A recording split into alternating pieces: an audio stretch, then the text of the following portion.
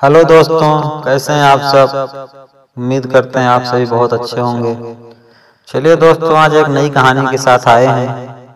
कहानी को शुरू करने से पहले एक बात बोलना चाहूँगा दोस्तों, मेरे दर्पण ज्ञान यूट्यूब चैनल में जो नए आए हैं, चैनल को सब्सक्राइब कर लें और कहानी में लास्ट तक बने रहें, तभी कहानी का महत्व समझ में आएगा।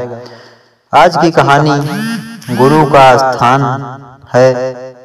चलिए दोस्तों, कहानी शुरू करते हैं। एक राजा था, उसे पढ़ने लिखने का बहुत शौक था। एक बार उसने मंत्री परिषद के माध्यम से अपने लिए एक शिक्षक की व्यवस्था की। शिक्षक राजा को पढ़ाने के लिए आने लगा। राजा को शिक्षा ग्रहण करते हुए कई महीने बीत गए, मगर राजा को कोई लाभ नहीं हुआ। गुरु तो रोज खूब मेहनत करते थे, परंतु राजा को उस शिक्षा का कोई फायदा नहीं हो रहा था।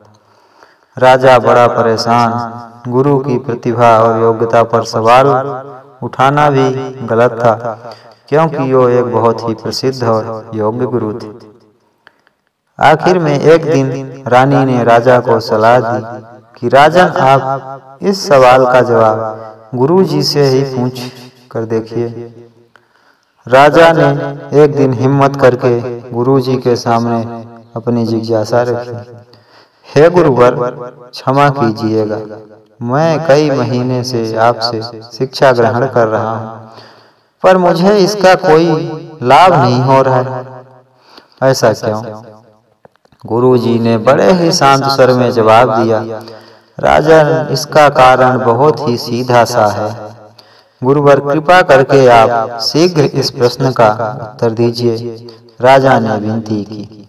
गुरु जी ने कहा, राजन, बात बहुत छोटी है, परंतु आप अपने बड़े होने के अहंकार के कारण इसे समझ नहीं पा रहे और परेशान और दुखी। माना कि आप एक बहुत बड़े राजा हैं, पर आप हर दृष्टि से मुझसे पद और प्रतिष्ठा में बड़े हैं, परंतु यहाँ आपका और मेरा रिश्ता एक गुरु और शिष्य का है। गुरु होने के नाते मेरा ध्यान आपसे उच्च होना चाहिए, परंतु आप स्वयं ऊंचे सिंहासन पर बैठते हैं और मुझे अपने से नीचे के आसन पर बैठाते हैं। बस यही एक कारण है जिससे आपको न तो कोई शिक्षा प्राप्त हो रही है और न ही कोई ज्ञान मिल रहा है। आपके राजा होने के कारण मैं आपसे यह बात नहीं कह पा रहा था। कल से अगर आप मुझे ऊंचे आसन पर बैठाएं और स्वयं नीचे बैठकर कोई कारण नहीं कि आप शिक्षा प्राप्त न कर पाए। राजा की समझ में सारी बात आ गई और उसने तुरंत अपनी गलती को स्वीकारा और गुरुवर से उच्च शिक्षा प्राप्त की।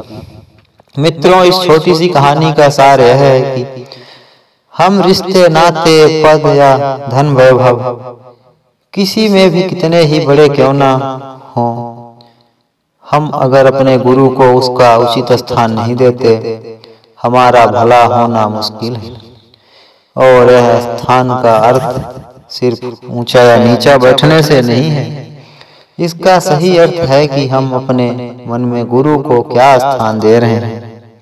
क्या हम सही मायने में उसको सम्मान दे रहे हैं या स्वयं के ही श्रेष्ठ होने का घमंड कर रहे हैं। अगर हम अपने गुरु का या शिक्षक के प्रति हृदय भावना रखेंगे तो हम उनकी योग्यताओं एवं इच्छाओं का कोई लाभ नहीं मिलने वाला, और अगर हम उनका आदर करेंगे, उन्हें महत्व देंगे, तो उनका आशीर्वाद हमें सहज ही प्राप्त होगा।